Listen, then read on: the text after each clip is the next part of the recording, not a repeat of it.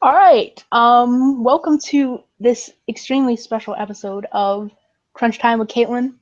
This is a MLB Trading Deadline special with my boy Pat, or it's actually now at Real Pat and Shaker.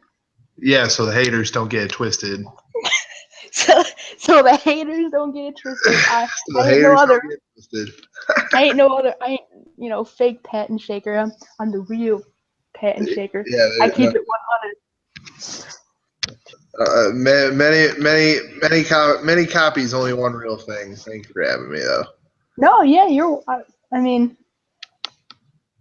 we did a season preview, and Oh dear lord. going back to just going back to some of our predictions.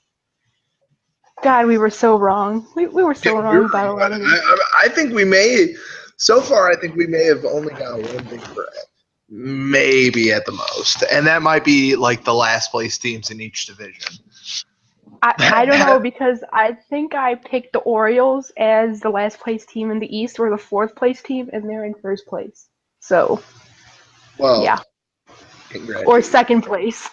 Yeah, but we all get congrated though. I mean, I picked Byron Buxton to win rookie AL Rookie of the Year, and he's hitting a solid. He's hitting like a solid 200. And you picked Joey Gallows, and he just got caught up a week ago. So And he's probably going to get traded within the next week, but that's neither here nor there. yeah, it's neither here nor That's there. obviously what we are here for, to give you your trade rumor gossip and give you our opinions as well. Where do you want to start? I guess it's kind of your ship. I'm just kind of hanging out. Where do you want to start? I mean, okay, so we got to start with, the hometown team, our favorite team, the Cleveland Indians. So, wait, the Cleveland Indians, for the record, are your favorite team, correct, Pat? Yes, the real Pat and Shaker. Pat don't lie. Indians are my favorite team. I liked Okay, the Blue Jays last year for a hot second because quite frankly, I like offense in baseball, and I liked them for a hot second last year, and their fans are all kind of d bags, and um, yeah. But no, I Indians are my favorite team. Indians are my favorite team. okay. So if you didn't, again, the real Pat and Shaker, his favorite team in the Major League Baseball is the Cleveland Indians. Yes, that is correct. Okay, so we just got to get that disclaimer Yeah. out. So anyway, All right, so where? Okay, so where do you improve this team? We can start um, off something general, very general. I think you got to look at back at the bullpen. When you look at it, you kind of need that solidified, almost seventh, eighth, and ninth inning bullpen arms. When you look at it, Kansas City Royals last year won. Nedios's motto was, in baseball, you just need nine outs of gas to get you to the end. And right now, we got about three and a half. We could use another arm in there, preferably a left-hander, since it is chock full of righties in that pen. Whether it be a Will Smith or even if you go back righty and go somewhere else like a Joe Smith or Tony, or go back lefty Tony Watson, and just to name a couple names we'll talk about. Um, it's back into the bullpen. I think is where you got to start, and then preferably next you got to look at a bat, and preferably one that can either play in the outfield or can play catcher, because right now your catcher is hitting 0.45 for batting average, while your main catcher, who is hitting 150, is out for 2 months with a separated shoulder.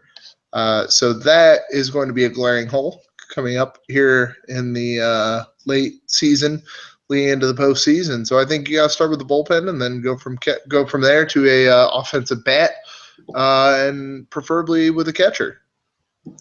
You better put some respect on Chris Jimenez's name, though. He's hitting 204, so. Oh well, for the whole one time every 5 days he plays, but I mean, sure, whatever. I mean, that's cool. Hey, he put down he could put down a bunt. So Hey man, whatever gets the runner the next base. I mean, is it? I mean, okay, we'll quickly hit on this because these this is how me and Pat, talk. We it's very laissez-faire. It's we're just hanging out. I mean, isn't it odd that we have to pinch hit a catcher for another catcher just to put the bunt down? Like, doesn't that just boggle your mind? Or even like in against the Braves, like I remember this vividly. We pinch hit for the pitcher just for someone to put down a bunt. Hey, whatever. I'm sorry. I'm trying to make an excuse for it, but I really can't.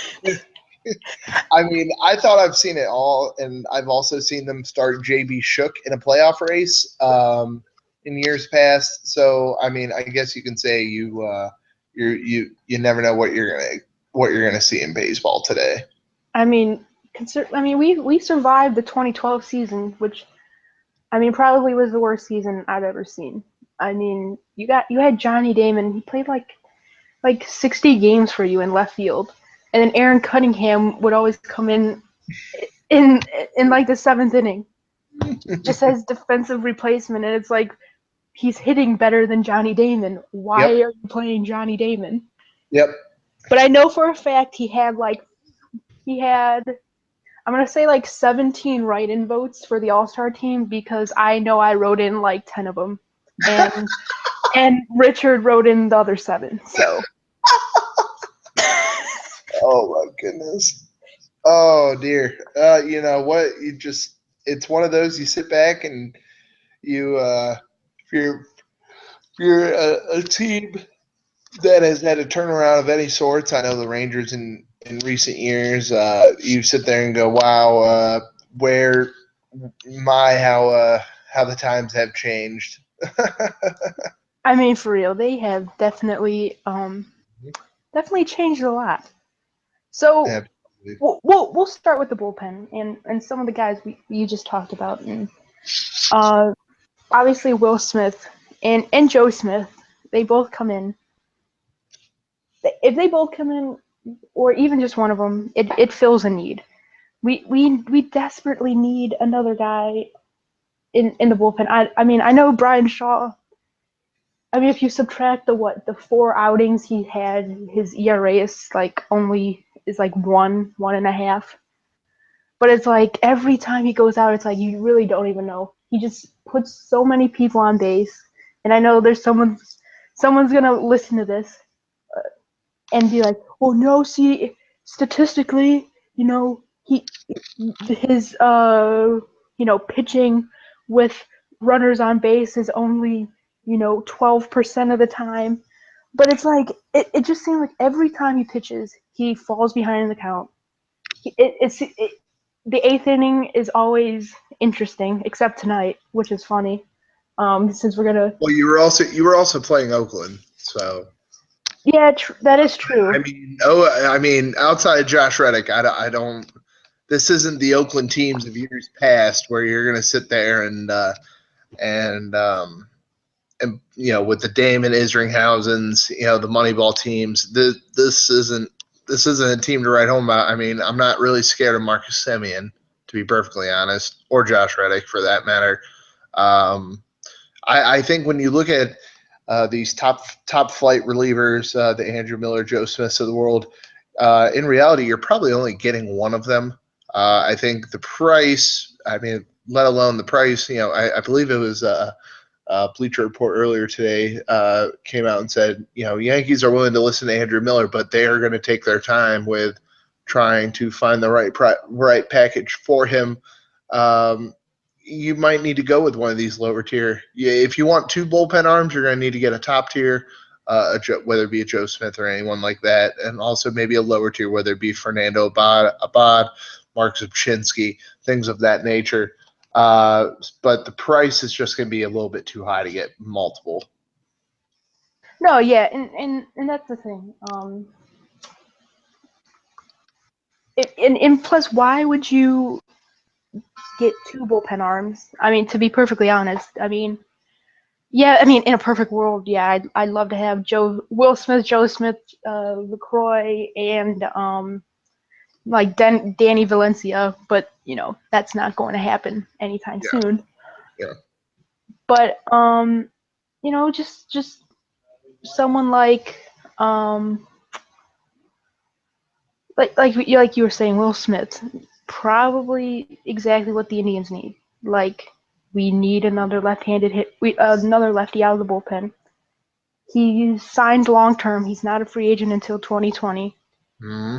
He can pitch multiple innings. If you remember when he was with Kansas City, he was a starter, and yeah, he had some injuries and whatnot. So which is why he's mostly a bullpen guy, but he could pitch multiple innings if need be. He's not just um a situation left-hander, which is also a important thing. Why, if you're going to trade for Will Smith and give up a fairly decent prospect, because like I said, Will Smith is still one of the best left-handers in the league, out of the pen. He's like I said, he's controllable for the next 5 years. You can't like you need someone not to just come in and face one hitter, Mm-hmm. and which is extremely important. And that also gives it, okay, maybe you have him and then you have someone else, like you keep Kyle Crockett, and maybe he's your situation lefty, and Mm-hmm. it just fills the entire bullpen extremely well. And Dan Otero's been pitching extremely well. Man, Jeff you know what? Manship. Sorry, Don, I don't mean to cut you up, but think about No, it. go ahead. Think back to Dan Otero at the beginning of the year. All the people that sat there and said, "Oh, well, we'll DFA him to bring up Tyler Naquin." I mean, congrats to all of them. Dan Otero, I had not heard of him before this year, but he is pitching lights out, and he has done a phenomenal job anchoring in the middle of this bullpen. No, yeah, and I'll be honest with you, he struggled in spring training. And I was like, why'd you trade for this guy? Number one, and number two, he struggled all spring training. What did he deserve to make? What did he do to deserve to make the team? And you didn't use him for the first month and a half. It was only in blowouts, or basically only in blowouts, or if you needed 2 innings. But he's become the Indians. It if they need someone in a big situation in the 6th or 7th inning, he's coming in and more often than not shutting the door down. I know he gave up a triple to the Yankees when it was like bases loaded. But other than that, I don't remember him costing you a game, if that makes sense. Yeah, no, I would agree. Excuse me. No, I really don't recall him a causing you a ball game. I have I have a list of relievers here, and just we can go through these and No, go ahead. knock through these. Here, your top flight. This is MLBTradeRumors.com. Great source for all your trade rumors. Pretty reliable as well. Your premium arms. These are going to be your, going back to what I mentioned earlier for those listening at home. The top flight relievers that you might only be able to get one, where the asking price is going to be through the roof for. Obviously, we talked about Andrew Miller with the Yankees. Wade Davis from Kansas City. That is another one. The Royals appear to have been bit by the injury bug, or the frauds, as some people here in Cleveland like to call them, have been bit by the injury bug. So it's coming off like they're selling. So Wade Davis is a name to watch for. I have heard through multiple people that Wade Davis, Kansas City is trying to package Ian Kennedy in a deal with Wade Davis as well. Mark Melancone from the Pittsburgh Pirates as well. They're not necessarily trying to sell either. They are clearly in the thick of the NL Central, the stacked NL Central, I should say. But they have Tony Watson in there as well, Neftali Feliz, so they can afford to get rid of one of these guys. David Robertson from the White Sox, obviously, Alex Colon from the Rays, Vizcaino, the fireballer from Atlanta, as well as guys like Will Smith, Jeremy Jeffries as well. So real quick, just off the top, what do you think out of that list? Um, the Wade Davis would be interesting. Mark Melanson, I think, is a longer shot because I have it up right now. He signed through only this year and he's making $10 million, and I don't know how much money the Indians are willing to spend to for the rest of his deal, just for the rest of this year. But he is a free agent after this year, and so that's a little bit concerning. I could see why Pittsburgh is willing to trade him. His stats are unbelievable. In Mm-hmm. in in 54 games or 45 games, my bad. He has 30 saves. He has 38 strikeouts, and he's only given up uh 10 runs, and only 7 of them were earned in 41 and 2/3 inning. That, I mean, for any team, and this is not just for the Indians, for any team, who wouldn't want that? Yeah, Um, but it's like who would you be willing to trade for him? And I think it was Bleacher Report that had this, that the Pirates are looking for another bullpen arm for this year, someone who can, someone in that like sixth, seventh, eighth, maybe inning role. And then I would assume that if they're looking to trade uh, Mark Melanson, does that mean someone like Natalie Feliz is their closer? Do they go with Tony Watson as their closer?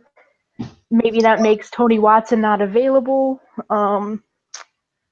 Tony Watson, I again just looked up. He's eligible for arbitration next year, and then in 2018 he's a free agent. So that's another thing. Are you willing to um, what are you willing to give up for only a year and a half of a bullpen guy who absolutely. is one of the best left-handers in the league? But again, Absolutely. When you look at uh, that's the biggest price that teams are willing to pay, and we've seen it in years past, whether it be David Price in Toronto or other things like that with prices to pay for short-term rentals. CC Sabathia for Indians fans more recently, and when they sent him to Milwaukee, although. We did get Michael Brantley out of that deal, so that wasn't 100% a terrible situation. A couple of other lefties coming out of the bullpen as well that you might be able to get at a little bit cheaper of a deal.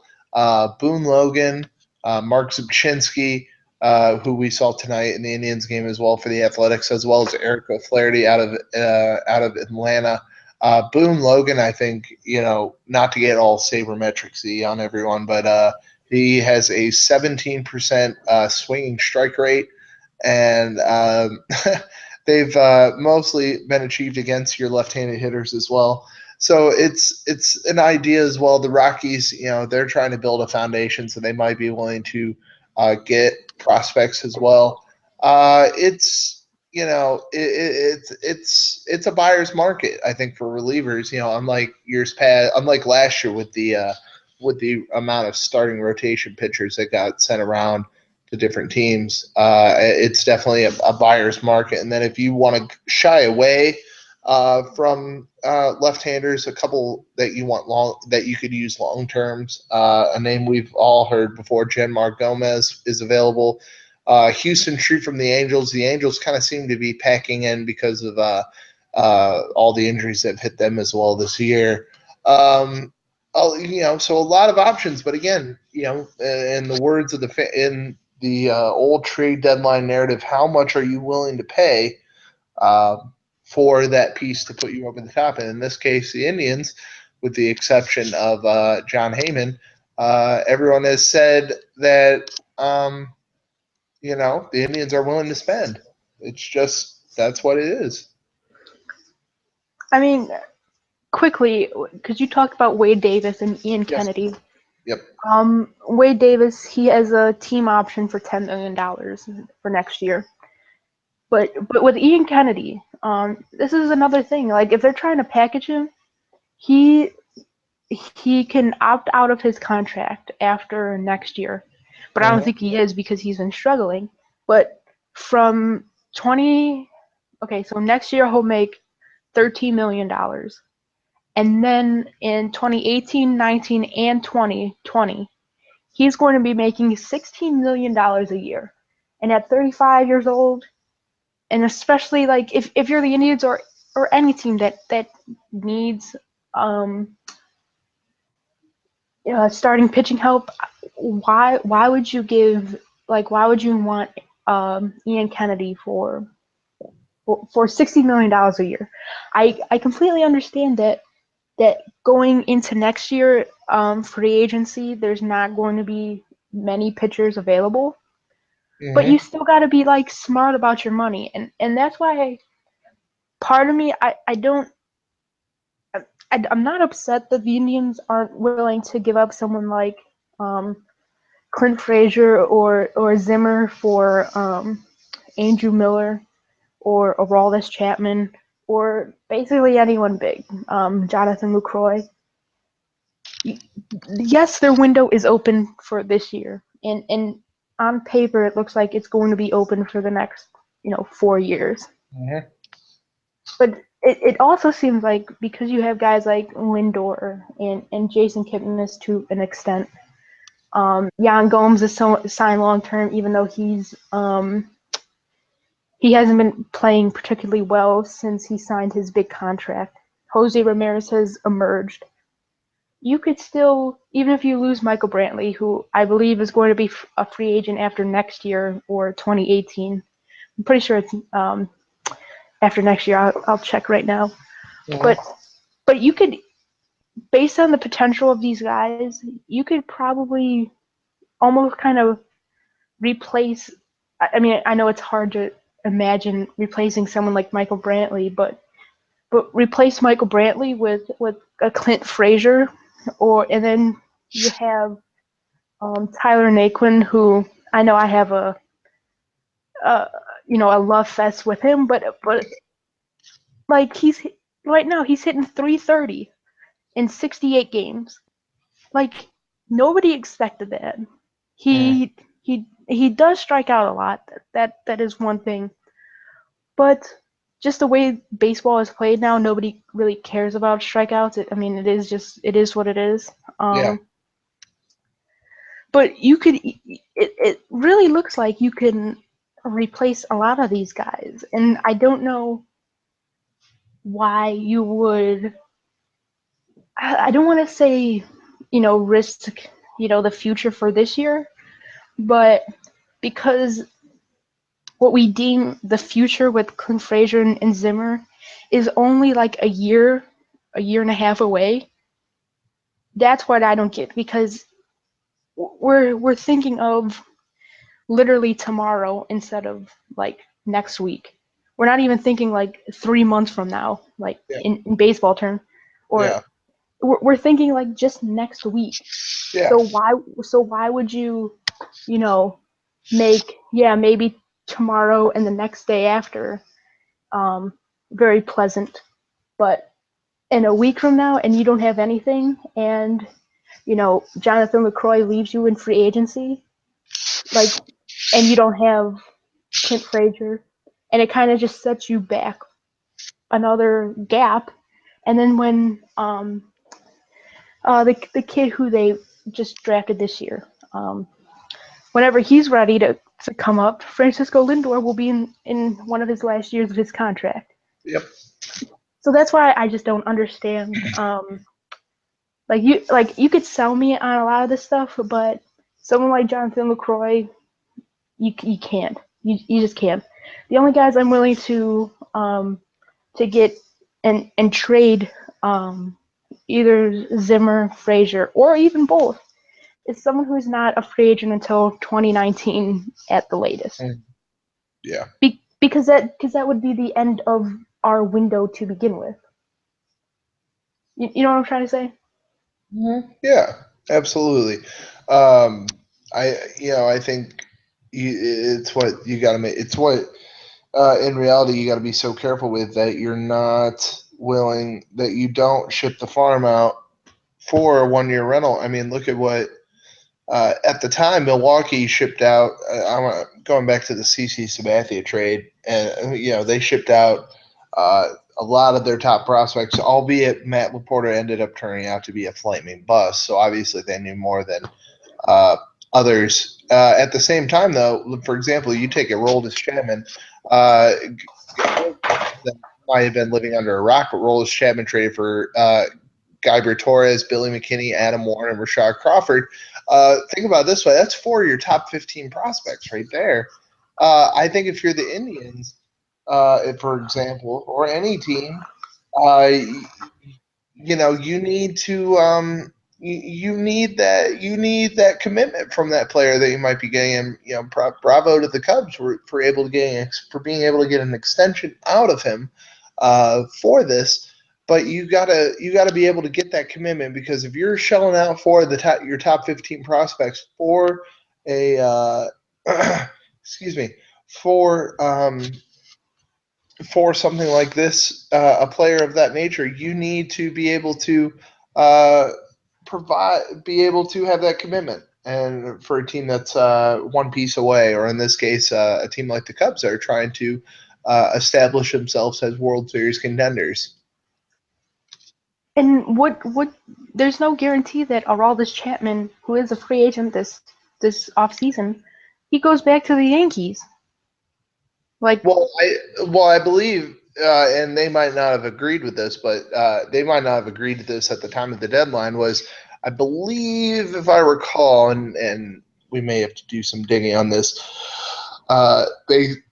It was on the agreement that they got a contract extension. I'll be honest with you, I must have I missed it. I will frantically look for that right now. Quickly, just going over other trades that just happened, and just big news in general. So the Blue Jays, they acquired Melvin Upton Jr., who for he would have been a interesting pickup if the Indians wanted to get him. I know that the sabermetrics said that basically him and Raji Davis are basically doing the exact same things statistically. But it would have been another right-handed bat on your bench. Let's see. The Blue Jays and Mariners swapped Drew Storen and Joaquin Benoit. Storen, he obviously had um, a tough year this year after being traded from the Washington Nationals for Ben Revere. Andrew, there was another blockbuster trade. I don't know. It just. Cashner? Yeah, Cashner. Yeah, Cashner was going to Miami. Miami. Cashner, Colin Yeah, Ray were going to Colin Miami. Ray. Yep. I mean, when you look at it, I mean, Miami. I personally like that move for Miami. It was a pretty high prospects that they shipped out, but when you think about it, they're 5.5 back. They're maybe at the most. Let me do my fact checking here. About a game and a half out of the wild card, give or take. So I mean, starting pitching, that's when you're right there in contention. That's the price you have to pay.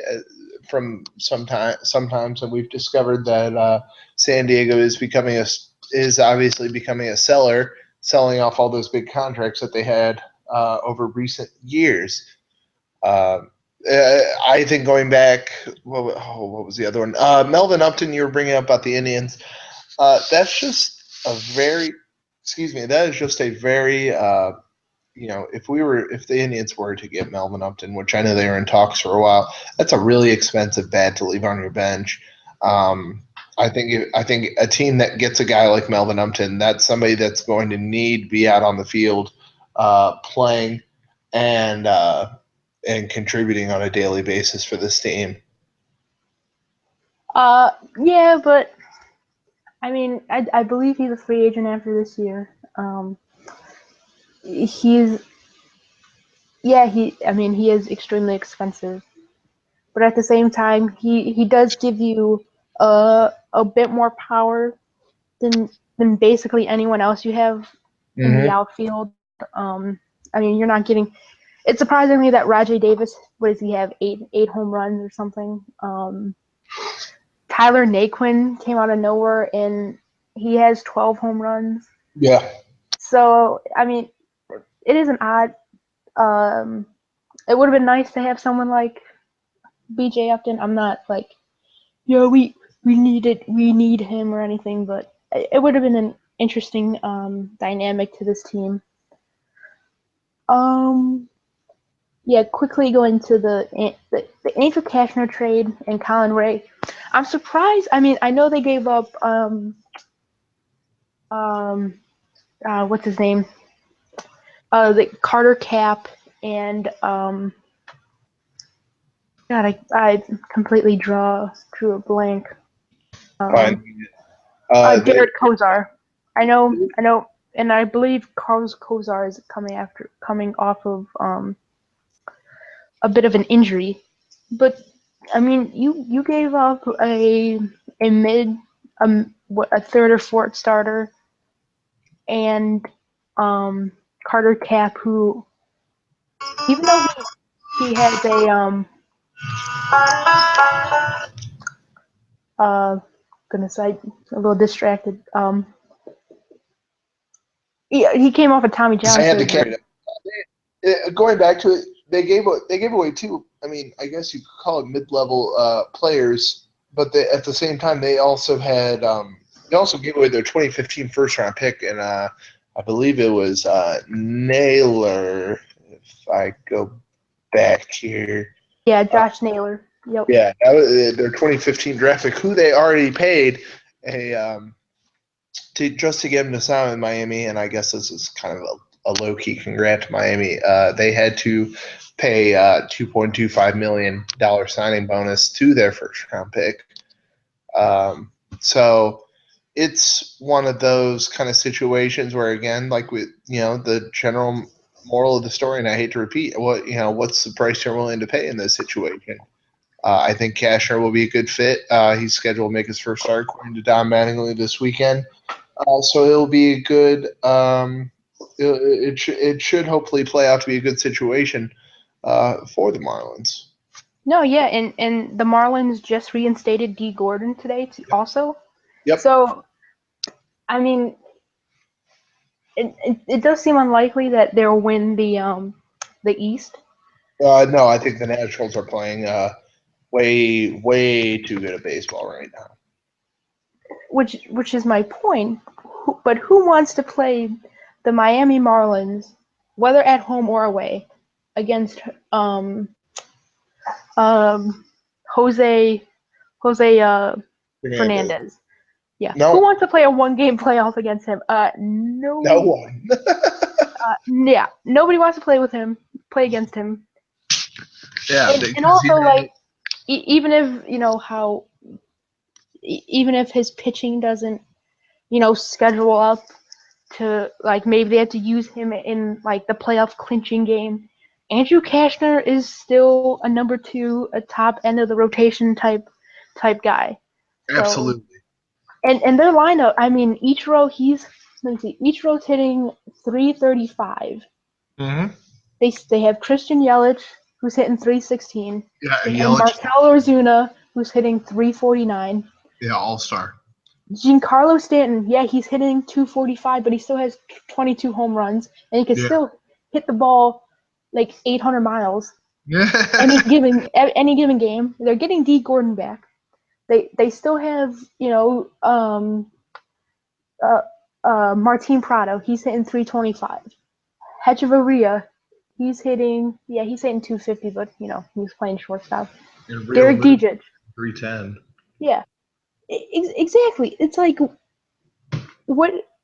No, I wouldn't want to play the Miami Marlins if I'm in a one-game playoff. Not one bit. Go ahead. No, I just want that was my only Well, you know who's to thank for that, right? That Barry Bonds, our hitting coach. What for the Gordon No, for PED their. suspension? I was gonna say for their. I was gonna make a backhanded trolling comment, but I mean, we can give him credit for that. And I mean, and they also have one of the better managers in the league in Don Mattingly. You Yeah, can't you can't discount what Mattingly has done. no, and I think the hiring of Mattingly really helped because, quite frankly, um, the owner's kind of a sleazeball who signs Mark Burley, Jose Reyes, and Ozzie Guillen just to trade two of them the first year he signed them just to put butts in the seats for his new stadium. So I think when they hired Don Mattingly, I think the Marlins kind of turned the corner saying, all right, if we got to compete, if we're going to compete, we have to actually try.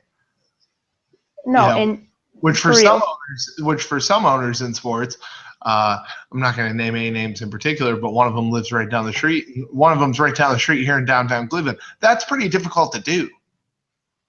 Is to sit there and go, well, you know what? I guess we actually have to try and win a ball game. We're talking about the Cleveland Indians. If you didn't pick up on Oh, that. I was talking about the Browns, but okay. Hey, no. See, here's the thing, and I'll defend the Browns on this. They spend a shit ton of money. They're paying. I'm pretty sure they're still paying Pat Shermer. They're still paying Chud. They're paying Ray Horton twice. Yeah, they're still paying him from the first time he was here. So they don't care, and neither do the Cavs. The Cavs are still paying Mike Brown and David Blatt, and they just signed Teron Lue to a 7-year contract, who they'll probably fire in 3 years and have to pay 2 years of that. But you know what? But the Indians, but that's neither here nor there. but the Indians, we got a penny pinch, and I mean I get it. This year it has worked out, signing guys like Raji Davis, Mike Napoli. Unfortunately, Marlon Byrd got busted with PEDs, but I mean, yeah, again. But it is what it is. It happens. Yeah. They did sign all their guys to long-term deals. Brantley signed. I just looked it up. They have a team option for 2018. I'm sure they'll accept. Jason Kipnis is signed long-term. Yan Gomes is signed long-term. Carlos Santana has an option for next year that they'll probably pick up for $12 million. Yep. So, I mean, they spent $5 million on Uribe, and again, we could go through every player, but you know exactly what I'm talking about. Yeah. But the only thing is, okay, you spend $5 million here and $8 million here and everything, but God, wouldn't it have been nice to get someone like Nelson Cruz? Mark Trumbo. It would have been party at Trumbo's instead of party at No, Napoli's. now we're gonna open that can. Oh, let's not. We're not gonna open that can of worms today. Hey, we only have. Let me see who's. We have 0 viewers right now, so it really doesn't matter. Okay, well then in that case, you're But listening to the Indians Daily. Cleveland Indians Daily. Oh, I just dipped my tongue on something, and maybe I'll DM it to you.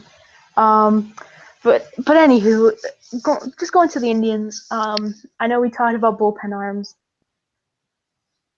Outfield, someone in the outfield and outfield bat, someone like Carlos Beltran would be perfect. Yep. I know. The big question with Beltran, and I know you're going to get to it, is how many people are going to, how much money are the Indians willing to eat out of that $15 million? And I believe that is what led to the John Heyman tonight tweeting the financial, quote unquote, hashtag financial constraints coming out about that. So, another guy that you might be able to get a little bit cheaper, a guy like a Josh Reddick. Or let me see here if the technology gods will work with me here. A utility man like a Steve Pierce 1 year, $4.75 million, 312, 10 batting 312 with 10 home runs for Tampa Bay this year. Players like that. So again, especially if you're, as the kids say, balling on a budget. If you're working on a budget here, you might need to watch for these cheaper names. But a lot of names are out there. I think this year is the year of the outfielders market, where where a lot of names can be had, and a lot of names can be for sale as well. And I mean, I'll have to look up. I should have probably just done this like 3 seconds ago. But I was busy DMing you something. Carlos Beltran, 15 million. That makes it about what? Was that like $5-6 million for the rest of the year? If you're the Indians, that's what you basically have to eat up. Oh, I think if anything, they'll if they, for example, if the Indians did get Beltran, I think they'd eat anywhere from $5 to $7 million. I mean, for God's sakes, you gave Brett Myers $7 million to be the back of your rotation pitcher. We also gave Grady Sizemore $5 million to run on a treadmill. So Yeah, exactly. and I mean, for the people who say that Beltran he can't play the outfield, yeah, you're kind of right, but he of all the games he played this year, he did play 59 in right field, and then he DH 32 of them. So I mean, he could still he could still play outfield if need be, and you could do what we did with Johnny Damon. Like, okay, if you're up, 4 or 5 in the 6th or 7th, you take him out and you put in Lonnie Chisenhall or Tyler Naquin, and with that, like you're not giving up, like, because you're adding more power. You're not really getting rid of contact wise, even if you sub in Tyler Naquin or Lonnie Chisenhall, because they're both hitting over 300 as platoon players to begin with.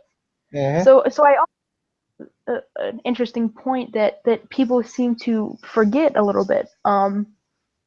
You get Carlos Beltran, and maybe he doesn't even you get him, and maybe he doesn't even start like a game or two if you so happen to make it into the playoffs, because I'm still not.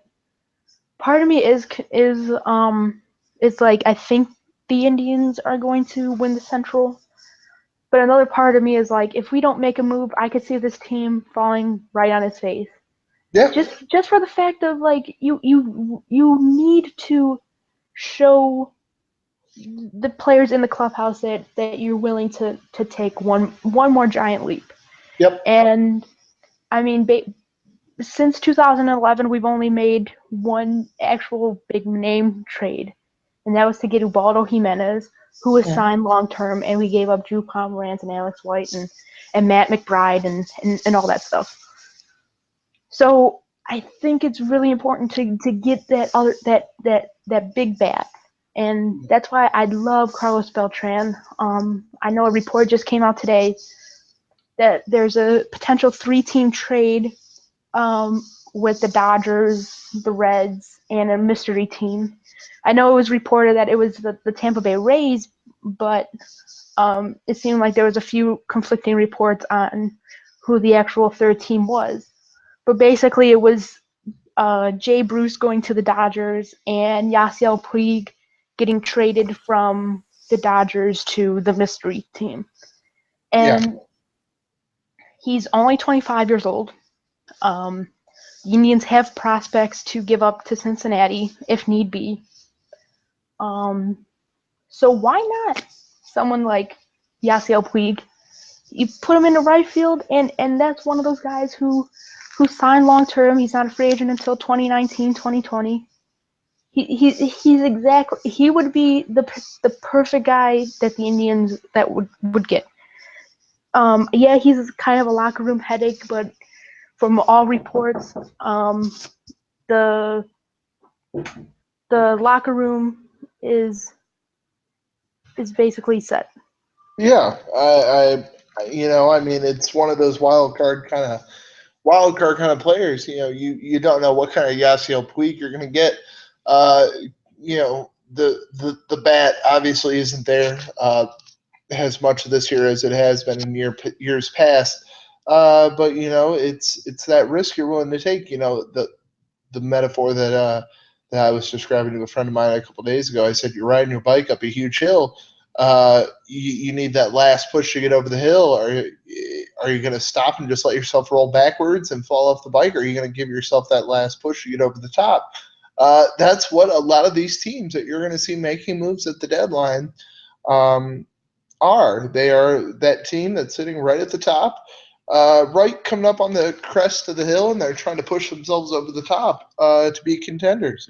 If that means you got to take a shot in the dark on a guy like Yasiel Puig, then so be it. And Puig would be, again, just so perfect. He fits the dynamic of he's a power bat. He could hit for contact. Mm-hmm. He's arguably the best right fielder defensively in the league. Him and Yoenis Cespedes have the best two arms in the entire league. He could play center field. He could play right field. Why not? He's 25 years old. He's signed long term, and you're in a win now scenario. Yeah. And you don't and he's not one of those guys where you have to come in and hit him fourth or fifth. You could hit him seventh, and that would be perfectly fine. So that's another thing. Like, Puig would be number one, and I know there has been speculation for the past 2.5 years of a potential Indians Dodgers trade involving Puig. Yeah. But right now, the time seems right for something like that because Yeah. the Dodgers want. It's not. The general rule of thumb is it's just not working out in LA. I think him and Dave Roberts kind of rubbed themselves the wrong way with each other for a while now. If you don't mind, I'm gonna shift gears here. I have a list of names, and you can either say I'm gonna just give you the name, you tell me what team they're gonna go to, or if they're gonna stay. All right. Okay. Yeah, go Ready? ahead. First name Jay Bruce. He's going to he's leaving Cincinnati. He's going to. I'm gonna pick the Dodgers. Okay. Jonathan Lucroy, catcher, Milwaukee Brewers. He's getting traded, and I think he's going to Texas because they've been linked all year, and I think Texas finally. Like, all right, well, we need a catcher. God, what's his name? Chiros. Yes, Robinson Chiros. Yeah, he's not. I mean, what is he hitting? 220. You could put in around there. Yeah, you could put in Jonathan LaCroix. He's gonna hit 280 to 300. He's gonna hit some home runs, especially in Texas. Prince Fielder is a little bit of an uncertainty for next year. Actually, a report that I just saw. Let me double check to make sure this is not a fake account. Stand by here. Yes, he will. His season is over per ESPN. He has undergone his second neck surgery in the last 3 months, and second neck surgery 3 years. Yeah, in the 3 last years. 3 years. Yes, so he is done for the year. Going So back. I mean, again, that's another guy. There's definitely a question mark for next year, and at least Jonathan LaCroix gives Texas the insurance of he could play first base. Yep.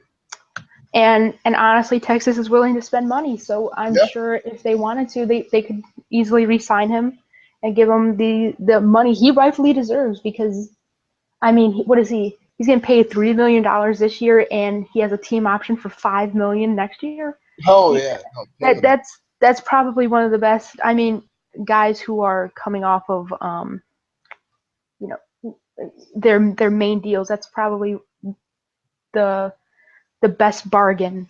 yeah. Not just on the open market, but I think just contract wise in general. Yeah. Staying with that position, another name that hasn't quite been talked about as much, Derek Norris, pod from San Diego. I did mention him in a tweet like a few weeks ago, just because he signed through, or he's not eligible to be a free agent until 2019. So again, those are the type of guys I'm looking at. The Padres aren't.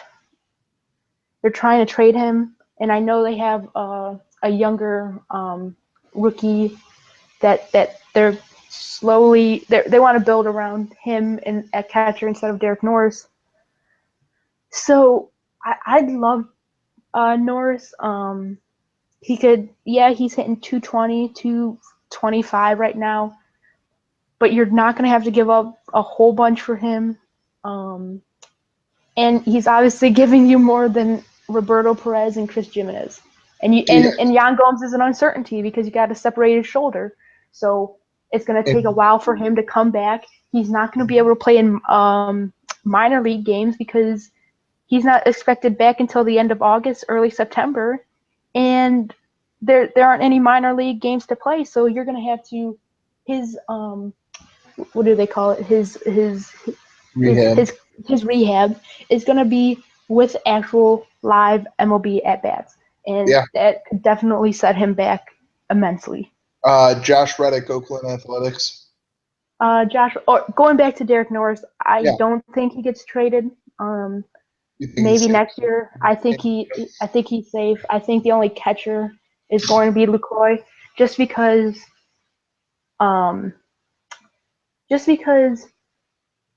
it is a risk to trade for a catcher in the middle of the season, but I think the headaches that might come with trading for LaCroix is going to even out because he could hit 300. Yeah. But with Derek Norris, he's a fantastic defensive catcher, but if he's only hitting 200, 220, 230, the headaches are going to be the pros or the cons will outweigh the pros with something like that. Absolutely. What about Josh Reddick from the Oakland Athletics? I know we saw him tonight here in Cleveland. That's a 29-year-old hitting 300, 10 doubles, 7 home runs, 27 RBIs this year. I think Josh Reddick. I think he gets moved somewhere. I don't know if it's at this trading deadline. It might be a waiver trade in like mid-August with a team that like, okay, we penciled in this guy, or we, say you're Texas and you sustain an injury like in the outfield. Well, Josh Reddick would be a guy who could clear waivers and you could get fairly affordably, because nobody's going to claim him for 6 months, and because he's a free agent after this year. So that's another guy. So I think he's gone. It might not be at the actual deadline, but it'll be at least the trading, the waiver. What about and this is a name that kind of came out of nowhere. Third baseman Yunel Escobar from the Los Angeles Angels. Yunel Escobar.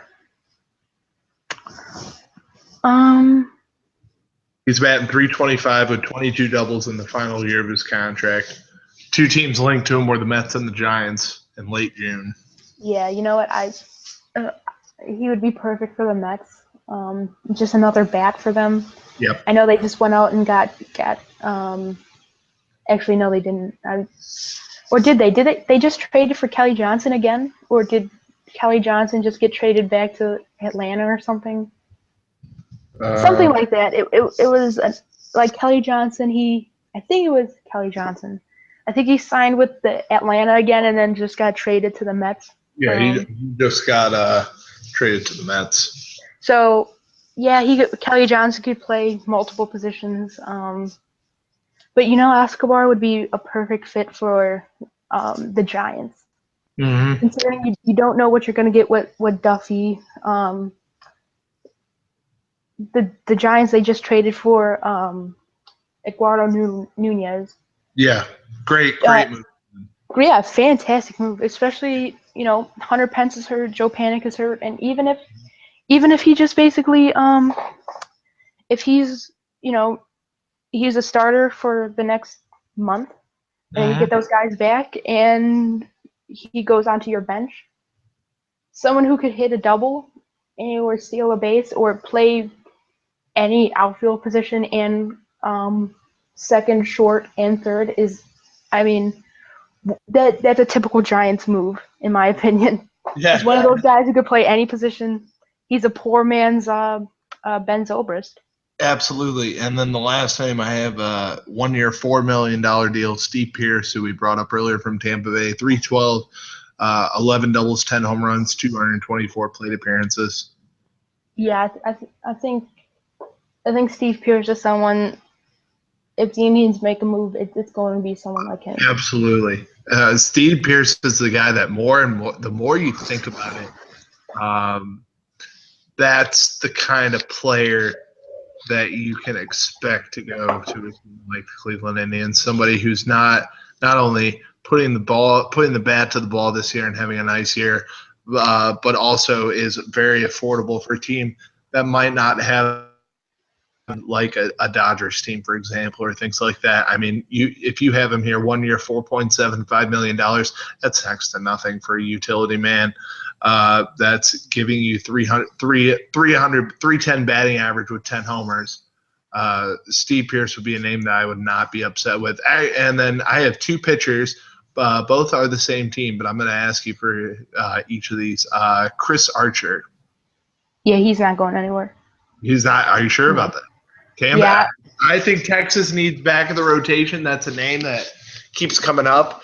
That's we're talking Chris Archer and back of the rotation. Like that's just crazy talk to me. Like Chris Archer's one of the again. top 12 pitchers in the league in the American League at least. Hey, stay woke. That's all I'm gonna say. Jake Odorizzi.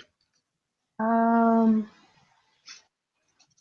I mean, maybe him. I guess I don't know. I'm on the Tampa Bay's their baseball reference page because I was gonna say something about Steve Pierce. But Odorizzi. Let's see his contract. He's 4-5. He's 4-5 this year with a 4.1 ERA. Keep in mind on a bad Tampa Bay team. Oh, they're terrible, but he's not a free agent until 2020. So I don't know why you would.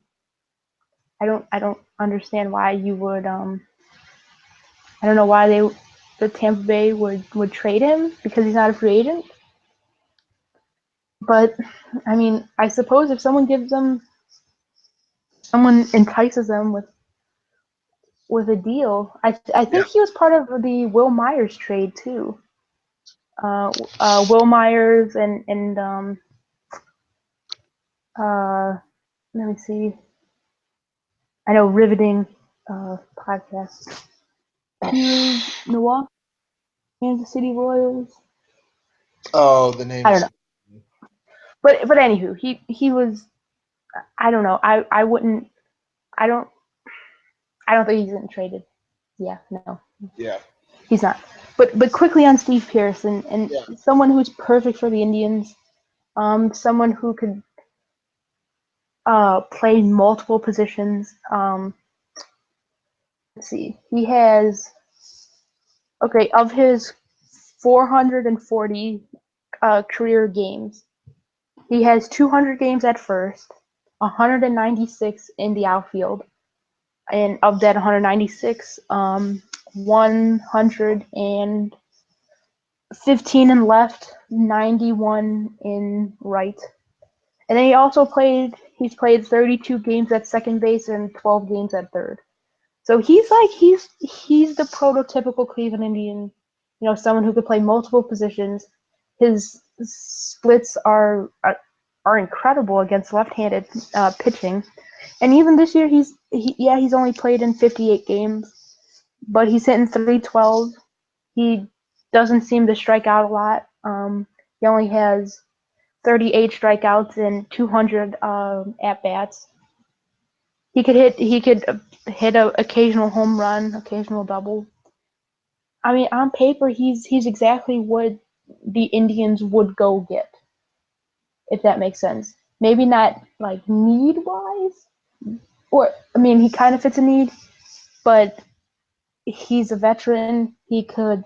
I just lost my train of thought. He's a veteran, and he could hit left-handed pitching, and he could platoon in the outfield with Ronnie Chisenhall or whoever. And he's also your insurance in case Carlos Santana or Mike Napoli get hurt. So Absolutely. on paper, he's exactly what the Indians would need. So I wouldn't be opposed to Steve Pearce, but that would mean I would want someone like Will Smith in the bullpen because Yeah. I don't think you can go get a lower level left-handed pitcher. Or I think they just brought back Joe Thatcher. I think that was like a few weeks ago. Yeah. They just brought him back. So if like that's their left-handed pitcher, then I hope that they go after someone more than Steve Pearce. But if you're gonna get Steve Pearce, then you know what? Go get me Will Smith. Go get me Joe Smith. Go get me Vizcaino from the Braves, even though I know he's hurt. Potentially go get me Sean Doolittle in Oakland. I know he's hurt, but he's still one of the better left-handers in the bullpen, and he could potentially close for you, even though that wouldn't be what the Indians would use him for. But maybe I know he's been hurt and he hasn't played particularly well this year, but instead of him closing, him just coming in for a couple batters, I mean, that someone who could throw 94, 95 left-handed against another left-handed hitter, that would be perfect. So there was other couple names I wanted to add. Does Andrew Miller get traded, do you think? I'm gonna go out and I'm gonna say people make calls and people try to get something done, but I think the clock just strikes midnight before they can get something done. I think it's going to take a monumental haul for not only somebody that expensive, for not only that expensive of a bullpen arm, but also a player that they covet so much. I think he could potentially get traded, but not at this deadline, but during a waiver trade, just because it's going to cost many minor league players, probably many young ones who aren't on active rosters and on active 40-man, so that's how you could get away with some of that. To give you an idea, I believe it was Jim Bowling from ESPN gave this out for if you're trading for somebody like an Andrew Miller, and I want Indians fans will be able to understand this. It would either for I believe if the Indians were to make a trade for Andrew Miller, for example, it would cost either it would cost you two prospects, either a excuse me, either a Clint Frazier or a Bradley Zimmer, and then either a Bobby Bradley or Justice Sheffield, to give you an idea. For Indians, for those who don't know, that is four of your top 10 to 12 prospects for an Andrew Miller or a Aroldis Chapman like player. Obviously, Aroldis has already been dealt to the Cubs, to give you an idea. So if you're willing to pay that price for a $9 million, $9 million a year closer, or bullpen arm or whatever you want to call it, then by all means, best of luck to you. Yeah.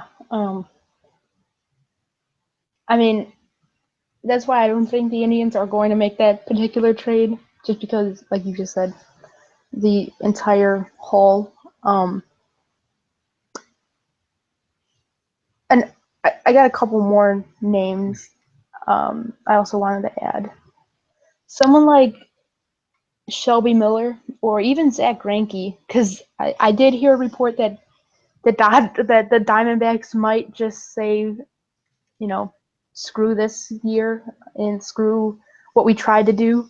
If we could get something huge for Zach Greinke, they'll definitely consider it. Mm-hmm. But what do you think about Zach Greinke or Shelby Miller? Because they gave up the #1 overall pick for Shelby Miller, and they obviously paid a shit ton of money for Zach Greinke. So what do you think about that? Zach Greinke is not going anywhere. Your thought on Chris Archer is mine on Zach Greinke. That he is. What was his contract? Like a 7-year deal? Yeah, I actually have it right here. Zach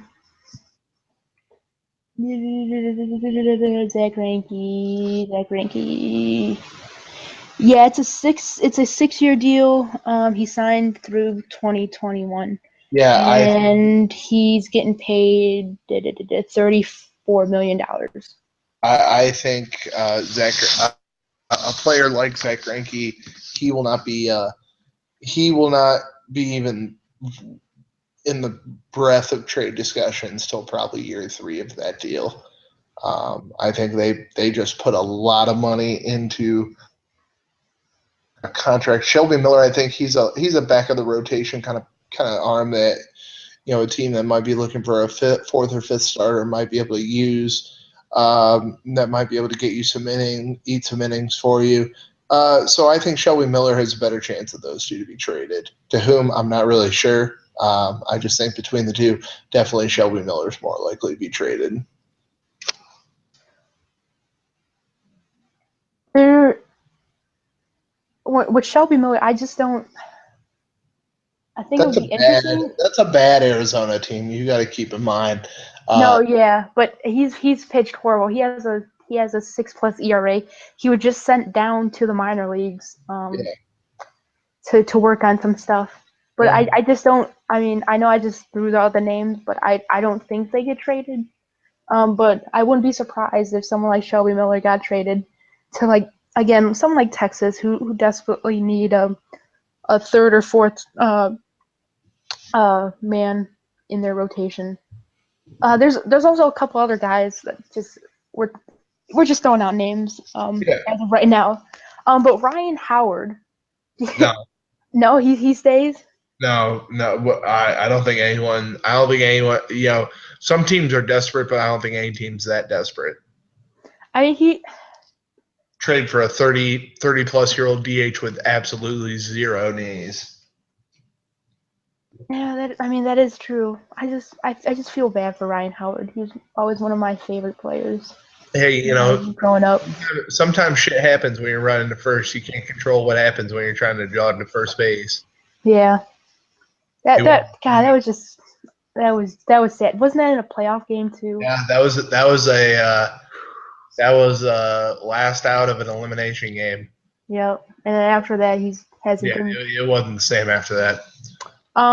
Chris Carter, the first baseman from the Milwaukee Brewers, Um, a power hitting first baseman / DH. He's yeah, gonna strike out a shit ton, but hey, that could almost be a package with a Lucroy kind of package deal. Um,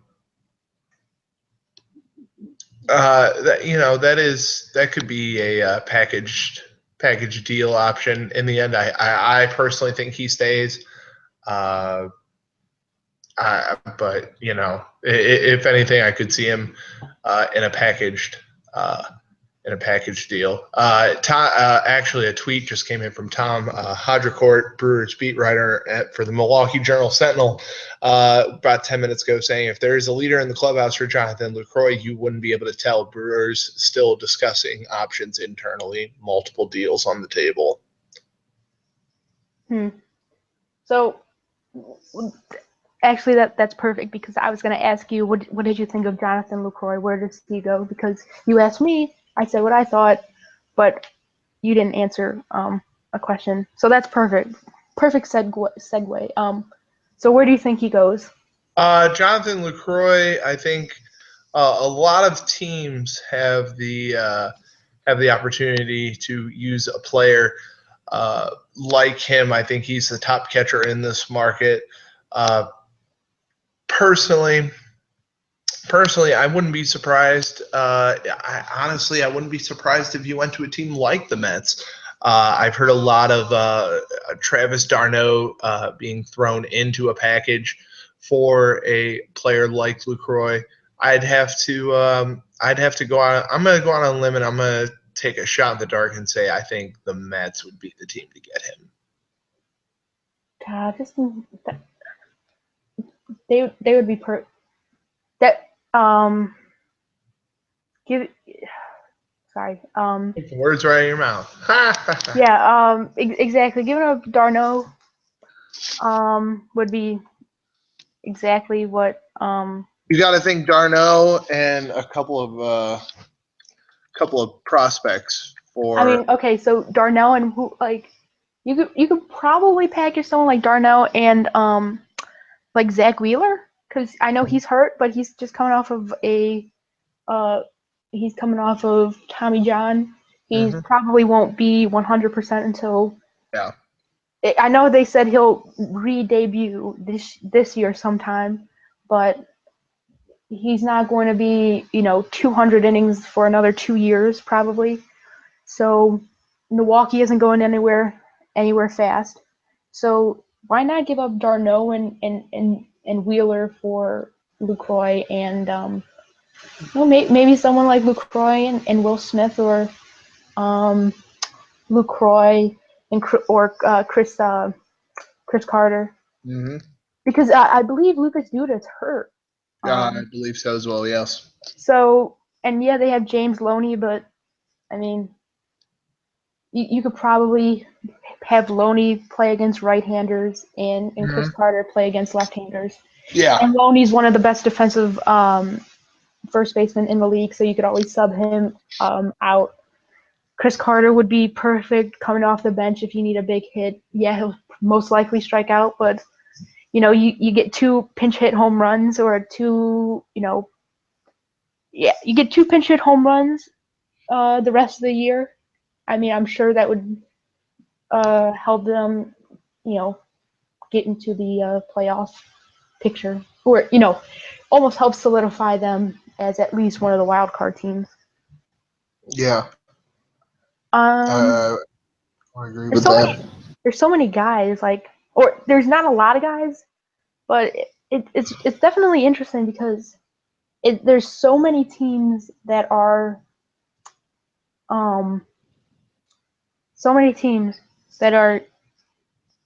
like, well, like the Pittsburgh Pirates, potentially they could be a wild card team. They're not totally out of it. They're only 3-4 games out, if that. But it's like you got to jump over the Dodgers, the Cardinals, the Miami Marlins, the Mets. So it's like, you're basically in purgatory. Same with Seattle. I mean, Seattle's trying to make moves, and it's like, well, they're 51 and 49. You still got to jump over the Yankees, the Red Sox, Toronto, and Baltimore. You got to jump over Detroit or Cleveland, and then and even in your own division, Houston and Texas. Yeah. So it's extremely interesting, which is why you just said earlier about what are you willing to give up, and if you're if you're the Pirates and you want to trade away Watson or Mark Melanson, you can get a pretty decent haul for those guys, and then maybe even a year later, those guys are helping your team next year or the year after, and you're back to where you want to be. Yeah, absolutely. It's a lot of questions that people are sitting here and a lot of people that are sitting here sleepless nights figuring out what move they want to make. And how much is too much in this case. When you think about it, another tweet I saw earlier today from John Heyman, Yankees, if they wanted to deal Miller, they would want three. They are hoping for 3 times the amount, 3 times the quality of prospects, or that they would be getting for Miller instead of Chapman, if that makes sense. No, yeah, and what did they give up? And what did the Cubs give up? What, I think four top four top 25? 15 prospects. Yeah, so they're gonna want 3 top 10 or 3 top 15 Yeah, prospects. 3 top 10 or even maybe even 2 top 5s. I mean, if you want to make that, if that's a good friend of ours says, you can cherish prospects all you want, but at the end, if you're one big trade away from a World Series championship that you haven't had, in our case, in 50 plus years, it sometimes you hate to do it, but you have to pull the trigger. No, yeah, you're you're absolutely right.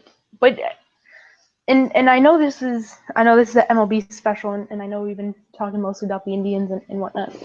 But do you think, just as a fan, um, do you think maybe if let's just say the Cavs didn't win the championship, you would be more willing to? I don't really know your position on this. Are you willing to give up a Clint Frazier and a Zimmer or a Sheffield, if need be, to get a Andrew Miller or a I don't even know, Jay Bruce?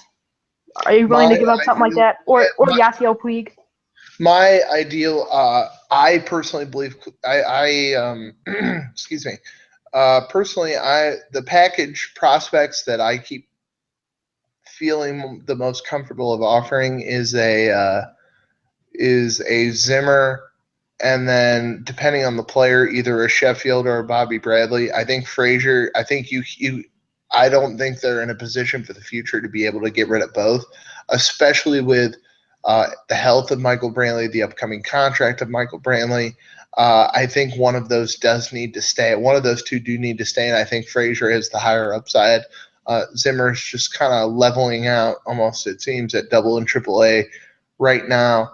Um, I think you have to go one of those two, and then either a Justice Sheffield or a Bobby Bradley, or if you're going even lower, Frankie Mahia, or somebody of that nature. But I think if you're trying to come out and go through and get rid of any of the prospects that you're trying to go for, you better be getting the top-notch player. Do you do you think in my hypothesis of fans would be more willing to give up these guys if the Cavs didn't win? Because we know, like, the taste of victory finally, but it's also like, yeah, but it's the Indians, and it would be awesome if they won a World Series, and it'd be awesome if they went all in 2-1-6. Um, but it's also like, well, we can't be too irrational, so we'll just keep our prospects and go get someone like Steve Pierce. um, I think personally, I think that the Cavs championship has changed some people's mindsets of whether or not you need, whether or not you need to go spend.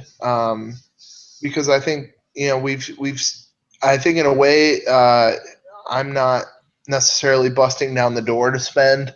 I think you need to spend something. I don't think you need to ship everything out to try to win today. But unlike in years past, where the sense of urgency from the fans has been there. But the fact that a lot of fans sit here and they watch what we have, and they're sitting there going, you know, um, I mean, for goodness sakes, we're 100 games into the season, and we've played maybe 80 of those without Michael Brantley, easily our best player. And we played we've had Carlos Carrasco out for about 10 to 20 games this year as well, and we're still finding a way to be in first place. This team is still finding a way to do things. I think the growing contingency, not strictly because of the championship aspect of it, is more of the, this team has done this well so far. Why do you tinker with the chemistry? That's and I'm trying to think how to word this. Does it seem to you that because the more I'm watching this team, it looks like they need another spark, and the first spark was playing without Carrasco and Brantley, because they kind of like, all right, well, we kind of have to pick up, and they kind of just played 500 baseball, which is what we wanted. But the main spark was that 15-game winning streak. Just watching them though, I don't know if it's just me. I feel like it's going to at one point just going to, like, the offense is just going to stop producing. Like it honestly feels like that. I don't Yeah, know if I'm just being like no, you're not kind of alone. irrational, but I just feel like it's starting to sputter, and I'm like, well, maybe the reason why that's happening is because you have Roberto Perez, who's hitting what, .45. I think it's even lower now because he in his last at bat, when I seen it was .45, he grounded to second. So it's even lower than that, and I'm like, well, you can't keep hitting. You can't hit guys like him and Abraham Almonte 8 and 9, because those are automatic outs. Yeah, and I think that what is making everybody uh, just as nervous about it is the fact that, excuse me, I apologize. Is the fact that you see this team sputtering and things like that. A lot of fans are struggling with the idea of asking Jose Ramirez to keep up his 291 clip. By the way, Perez down to 043 on the year. Or asking, Kitten is having a great year at 285, Lindor 307. Asking Napoli to keep his 240 clip going. Chisenhall, which is a very hot button issue here in Cleveland, Chisenhall with a 298 clip. You're asking these guys who have struggled to hit in years past to maintain that. And for quite frankly, for some of some of the Indians fans, that's a very scary task. Uh, And especially with like someone like Napoli, you're putting up with him hitting 240 because he's hitting 22 home runs now. But yep, I think I just seen someone, uh I'll be honest with you, I just seen it on my timeline sometime today. But the home run by Santana today was the first home run in like 5 or 6 games for the Indians. yeah, That's a bit concerning because we were getting power from Carlos Santana. We were getting power from Mike Napoli. And even to a certain extent we were putting up with Yan Gomes hitting 180, 170, because he was hitting an occasional home run for the first 2 months. Now it's like, yeah, Yan Gomes isn't even, he's making contact, but he's hitting it right at players. yeah, Um I mean, Tyler Naquin, like, that's my boy, but I can't expect him to hit another 8 home runs the rest of the year. I can't expect, you don't expect Lonnie Chisenhall to hit a home run, even though he was projected as a, 15 to 20 home run hitter, um, as a prospect. What more can we expect from Mike Napoli? He's hit 22 home runs, and we still have 2 more months. I mean, we'd hope he hits at least another 8 to what? Probably more than 8. Probably another 12 to 15 home runs. But in Carlos Santana, like, I think he has 22 or 23 home runs now after today. yep, Um, yeah, he's he's hitting these home runs now that he's the leadoff hitter, but because Let me think. Let me think. But because he's the leadoff hitter, nobody's on base because you have guys like Roberto Perez and Abraham Almonte hitting 8 and 9. So it's like you're wasting Carlos Santana home runs on just solo home runs. Yeah. So I mean that's where it's really extremely concerning for me because you can't count on Michael Brantley to be here. You can't count on to a certain extent you can't count on guys like Mike Napoli to hit you another 12 to 15 home runs for the rest of the year. And even the power from Jason Kipnis, he already matched his career home runs, or he's one off from his career home run, and they still have 2 months to play. Yeah. Like on paper, you expect more power, but it's like you add a Carlos Beltran to this lineup, you add a Jay Bruce, you add a Yasiel Puig. Those guys would be perfect because they give you exactly what you need, and they also back up the guys in case Napoli only hits you 8, in case Santana only hits you another 8, or if Kipnis only hits 3 more home runs. Hopefully Jay Bruce will hit you, if you get Jay Bruce or Carlos Beltran, they hit you another 10 home runs, and it evens everything out. Yeah. Absolutely. But what what where do you think Jay Bruce goes? Where do you think Yasiel Puig goes? Um, where do you think Will Smith goes? I think Will Smith. I think he will go. I think he goes in a package with Lucroy the Mets. The Mets aren't really listed on the block as bullpen needing bullpen help, but I think if they have the opportunity to get a top flight reliever along with a catcher, I think Will Smith could go the Mets. Obviously, I think Will Smith to the Mets is more of a long shot than people might realize. I think Jay Bruce. I think he does go to the Dodgers. Yasiel Puig. That is quite the interesting situation because when you look at it, um, when you look at Yasiel Puig, it's once it's a matter of who wants that opportunity. You have what was it? SB Nation had the Braves listed as a possible third team in that rumored LA Cincinnati deal.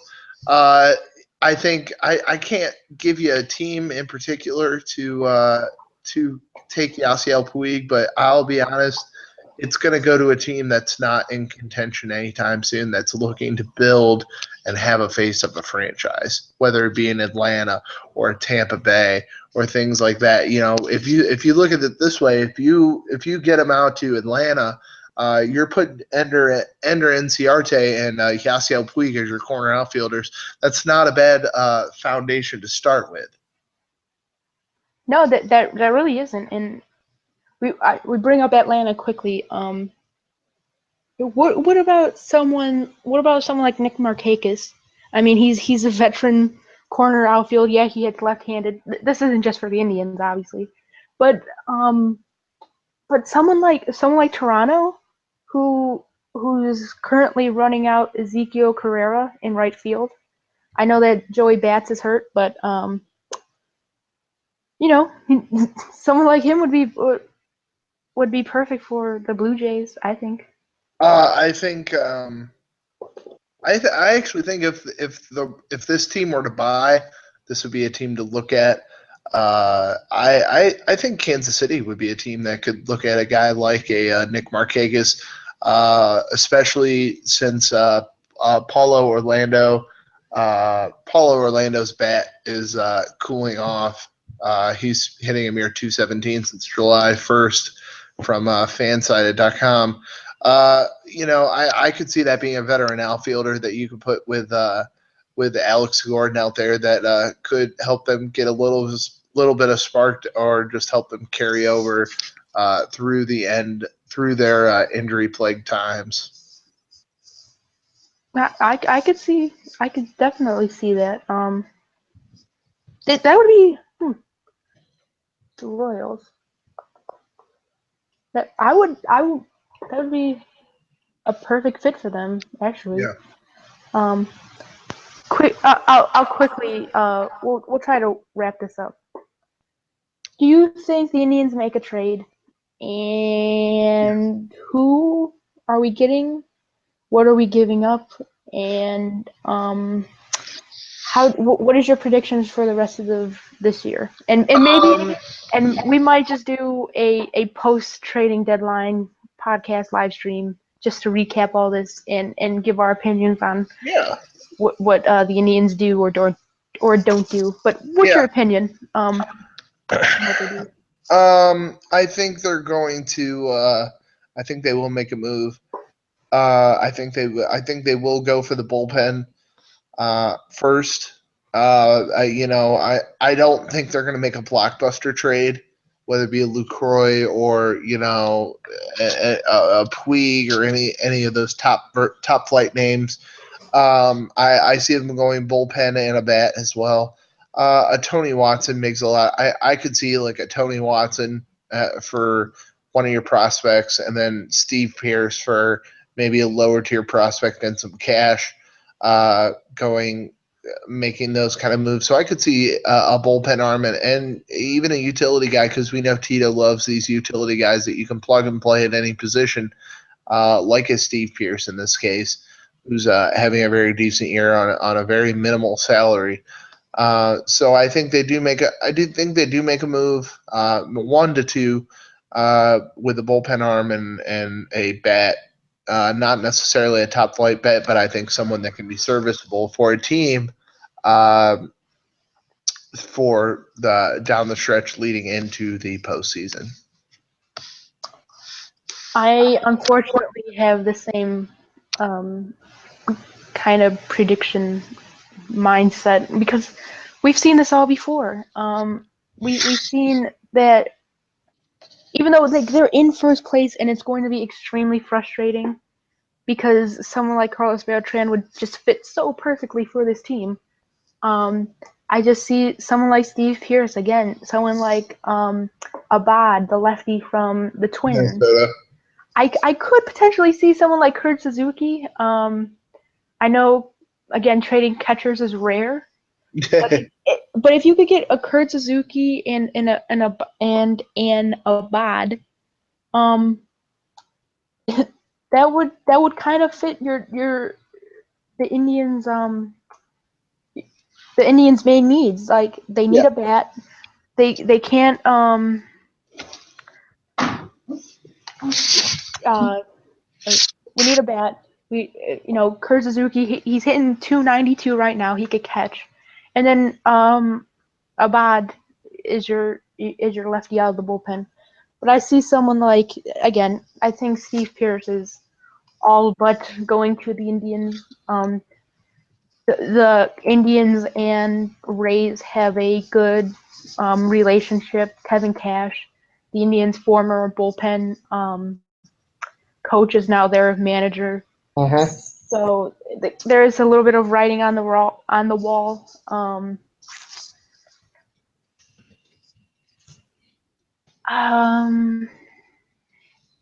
I'm just gonna make this prediction. I think Carlos Beltran comes to the Indians. Okay. I I, th- mean, I, th- I think something like that is going to happen because the Indians, I think, even though they're going to be reluctant to, and I think it's going to potentially happen at 3:30 on Monday. I think something's going to come out that's like, oh, Carlos Beltran to the Indians, and which is also interesting. Another interesting factor about the trade deadline, and we'll wrap this up uh, within the next few minutes. But because the trading deadline is on a Monday, because the 31st is a Sunday, that's like a whole extra day of games. So potentially, like the Yankees, let me see. I don't even know who. Let me think. Let me see who they played. Yankees today. They played the Rays and they lost 5-1 today. Like if they get swept by the Rays, they'll be 52-52, and they'll be X amount of games out of a wild card spot, and also having to jump. They'll have to jump. I already named them off: Boston, Tigers, Baltimore, the Blue Jays, all of. So they'll have to jump all of those, and because there's an entire extra day of games being played Sunday, that might convince someone, all right, yeah, we just got swept, so we might have to sell off a piece instead of going for it. Yeah. But and even if Beltran doesn't get traded at the actual deadline, I think he's coming to the Indians, and even if it's not Monday, it might be sometime in the middle of August because he has a big contract, and the Indians are probably just going to give up one or maybe two, either one really good or two really decent prospects for him.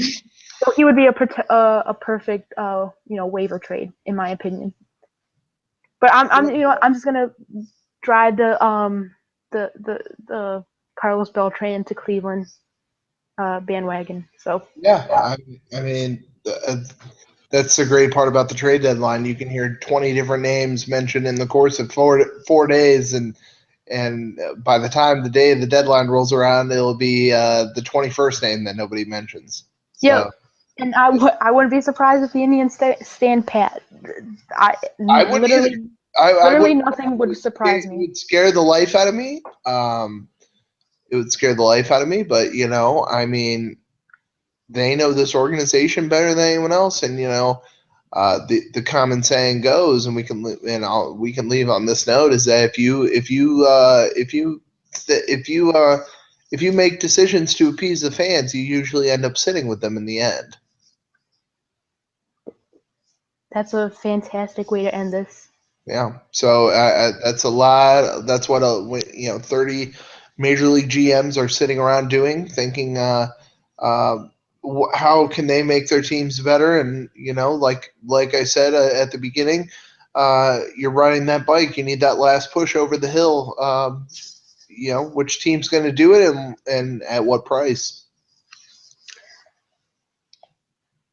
I have no other way to end this but say thank you. Thank you, Pat and Shaker. Hashtag Pat don't lie. Man, just spitting out real shit right here on Crunch Time with Katelin. I may have to end up changing the name or something because you're a recurring guest. I'm gonna have to be like Crunch Time, and it's like with Katelin and the real Pat and Shaker. Yes. Now it is the real Pat and Shaker because of a series of unfortunate events and just things and stuff. So, again, I just want to thank you again for joining.